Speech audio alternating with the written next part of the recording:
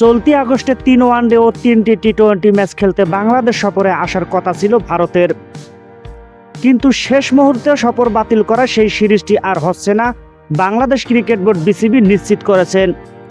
ভারতের সঙ্গে এই সিরিজটি পিছিয়ে 2026 সালের সেপ্টেম্বরে হওয়ার সম্ভাবনা রয়েছে বলে জানিয়েছেন। ভারতের সিরিজ বাতিলের ফলে এখন ক্রিকেট আঙ্গনে প্রশ্ন ঘুরপাক খাচ্ছে, এ সময় অন্য কোনো দলের বিপক্ষে খেলবে কি বাংলাদেশ। যদিও শোনা যাচ্ছিল ক্রিকেটারদের দীর্ঘ সময়ের জন্য স্কিল ও ফিটনেস ক্যাম্পে পাঠানো হতে পারে।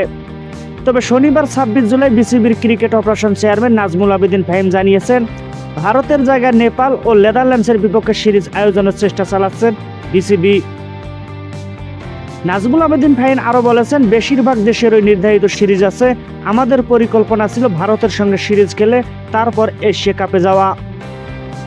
যেহেতু ভারত এখন আসছে না, তাই আমরা অন্য কোনো দেশ নেদারল্যান্ডস বা নেপালের সঙ্গে সিরিজ আয়োজনের চেষ্টা করছি। বিসিবির পরিকল্পনা অনুযায়ী সিরিজটি দেশের মাটিতে আয়োজন করা হবে, তবে সেটি সম্ভব না হলে বিকল্প বা পরিকল্পনাও রাখা হয়েছে। নাজমুল আবেদিন ফাহিম আরও জানান, বিদেশি দল না পাওয়া গেলে জাতীয় দলের কাছাকাছি মানের দল গঠন করে একটি প্রস্তুতি সিরিজ আয়োজন করা হতে পারে।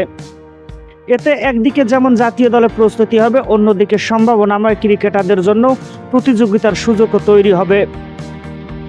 বাংলাদেশ দলের প্রধান কোচ ফিল সিমন্স আগামী 15 আগস্ট দেশে ফিরবেন। তবে সিরিজ আয়োজনের ব্যাপারে এখনও কোনো আনুষ্ঠানিক সিদ্ধান্ত হয়নি। বিসিবি সূত্রে বলছে সবকিছু এখনও আলোচনা পর্যায়ে রয়েছে। এদিকে পাকিস্তান সিরিজ শেষে ক্রিকেটাররা ছুটিতে রয়েছেন, কেউ আছেন নিজ বাড়িতে, আবার কেউ সময় কাটাচ্ছেন দেশের বাইরে।